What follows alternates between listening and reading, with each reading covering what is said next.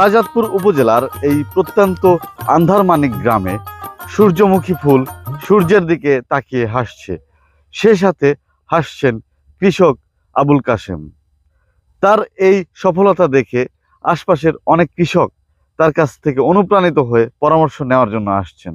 শুধু তাই নয়, প্রতিদিন বিকাল হলেই শাহজাদপুরের বিভিন্ন এলাকা থেকে প্রকৃতি প্রেমীরা ভিড় করছেন এই সূর্যমুখীর বাগানে।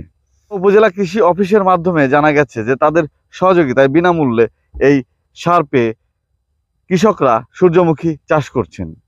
তো তারা আশা করছেন যে এই কৃষক আবুল কাশেমের সফলতায় অনুপ্রাণিত হয়ে আরো বেশি সংখ্যক কৃষক এই সূর্যমুখী চাষে এগিয়ে আসবেন।